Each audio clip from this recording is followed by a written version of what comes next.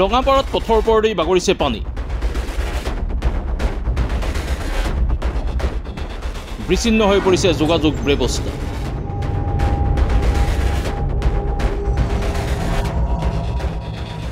চুবুৰীয়া ৰাজ্যৰ অৰুণাচল প্ৰদেশ আৰু ৰাজ্যত হোৱা মুষলধাৰ বৰষুণৰ ফলত ৰঙাপাৰাৰ একাংশ ঠাইত সৃষ্টি হৈছে বানৰ তাণ্ডৱ।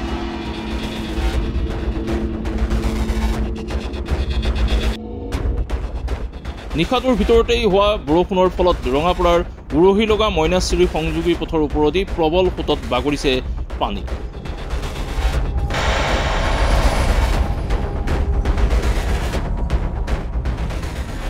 শংকিত হৈ পৰিছে স্থানীয় ৰাইজ।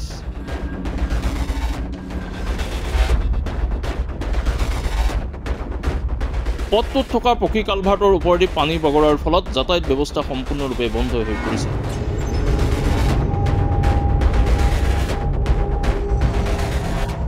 প্ৰত্যেক বছৰে হোৱা বানপানীত উৰহিলগাৰ কালভাৰ্টৰ ওপৰেদি পানী বাগৰি ক্ষতি সাধন কৰাৰ লগতে পথৰ এটা অংশ বাহনী পানীয়ে খহাই লৈ যায়,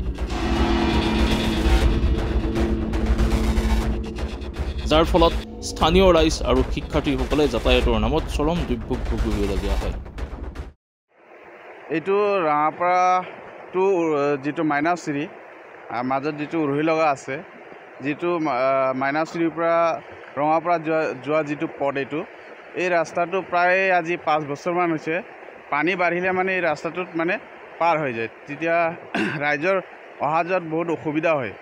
আজি মানে 5 বছৰমান তেনেকৈ ৰাইজে তেনেকৈ মানে পানী আহি ভাঙি দিয়াৰ পিছত আকৌ বনাই বছৰতে 3-4 পানী হয়, 3-4 তেনেকৈ বনাই পেলাই মেৰামতি কৰি তেনেকৈ চলি আছে বহুত কষ্টৰে ৰাইজে।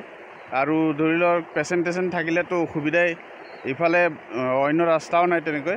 গতিকে এইটোৱে প্ৰধান ৰাস্তা মাইনাচিৰিৰ পৰা ৰঙাপাৰাত যোৱা, আৰু বিভিন্ন ঠাইত এইটো ৰাস্তা দিয়ে যায়। মাইনাচিৰিত যিমান এই ভিতৰীয়া অঞ্চলত যিমান মানুহ আছে, কয়লাজুৰি হওক বা অন্যান্য বহুত গাঁও আছে, এইফালে কমে 50-60টামান গাঁও আছে, এইটো ৰাস্তাই হয় প্ৰধান।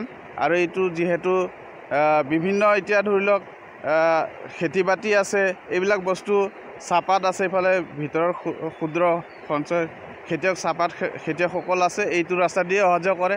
এতিয়া বৰ্তমান আজি তেওঁলোকৰ পাত ছিঙিছে যদিও এইটো ৰাস্তা দিয়ে যিহেতু লৈ যাবলগীয়া হয় ৰঙাপাৰা ধৰি লওক অন্যান্য ঠাইলৈ, ঢেকীয়াজুলি বা যিকোনো ঠাইলৈ লৈ যাবলগীয়া হয়, তেতিয়া তেওঁলোকৰ আজি পাতবিলাক প্ৰায় ছিঙিলেও তেওঁলোকে ক্ষতি হোৱাৰ এটা সম্ভাৱনা আছে। গতিকে চৰকাৰে বা বিভাগীয়সকলে এইটো পথটো সোনকালেকৈ মেৰামতি কৰি বা ইয়াত এটা ব্ৰিজ দিয়াৰ ব্যৱস্থা কৰিলে ৰাইজৰ সুবিধা হ'লে হয়। জামুগুৰি ঘাটৰ পৰা আনোৱাৰ আহমেদৰ ৰিপৰ্ট, মাই নিউজ এনি।